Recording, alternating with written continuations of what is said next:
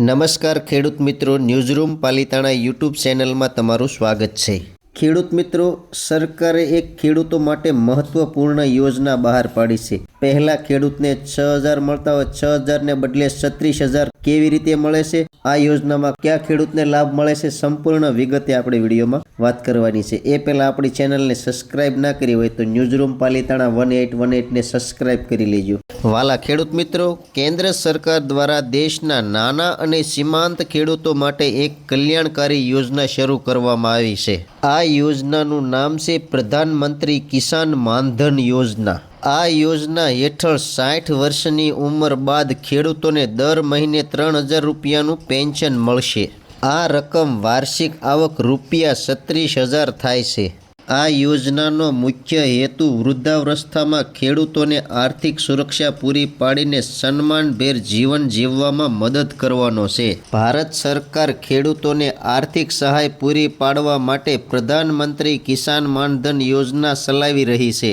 આ યોજના હેઠળ 60 વર્ષથી વધુ ઉંમરના ખેડૂતોને માસિક રૂપિયા 3,000નું પેન્શન મળે છે। આ યોજનાનો લાભ એવા નાના અને સીમાંત ખેડૂતોને મળે છે। આ યોજનામાં જોડાવા માટે ખેડૂતોએ તેમની ઉંમરના આધારે દર મહિને 55 રૂપિયાથી 200 રૂપિયાનું પ્રીમિયમ ભરવાનું રહેશે અને સરકાર પણ એટલી જ રકમનું યોગદાન આપે છે। ખેડૂત મિત્રો, અરજી કરવા માટે આધાર કાર્ડ, બેંક પાસબુક અને જમીનના દસ્તાવેજો સાથે નજીકના કોમન સર્વિસ સેન્ટર પર જઈને કરી શકાય છે। આ યોજનાનો મુખ્ય ઉદ્દેશ એવા નાના અને સીમાંત ખેડૂતોને આર્થિક રીતે સક્ષમ બનાવવાનો છે, જેમની ખેતીમાંથી આવક મર્યાદિત છે। આ યોજના તેમને વૃદ્ધાવસ્થામાં પણ કાયમી પેન્શન આપીને આર્થિક ચિંતાઓથી મુક્ત કરે છે, જેથી તેઓ આત્મસન્માન સાથે જીવન જીવી શકે। આ યોજના હેઠળ 60 વર્ષની ઉંમર બાદ લાયક ખેડૂતોને દર મહિને રૂપિયા 3,000નું નિશ્ચિત પેન્શન આપવામાં આવે છે, જે વાર્ષિક આવક રૂપિયા 36,000 થાય છે। આ યોજનાનો લાભ માત્ર એવા નાના અને સીમાંત ખેડૂતોને જ મળશે, જેમની પાસે 2 હેક્ટર સુધીની જમીન જ છે।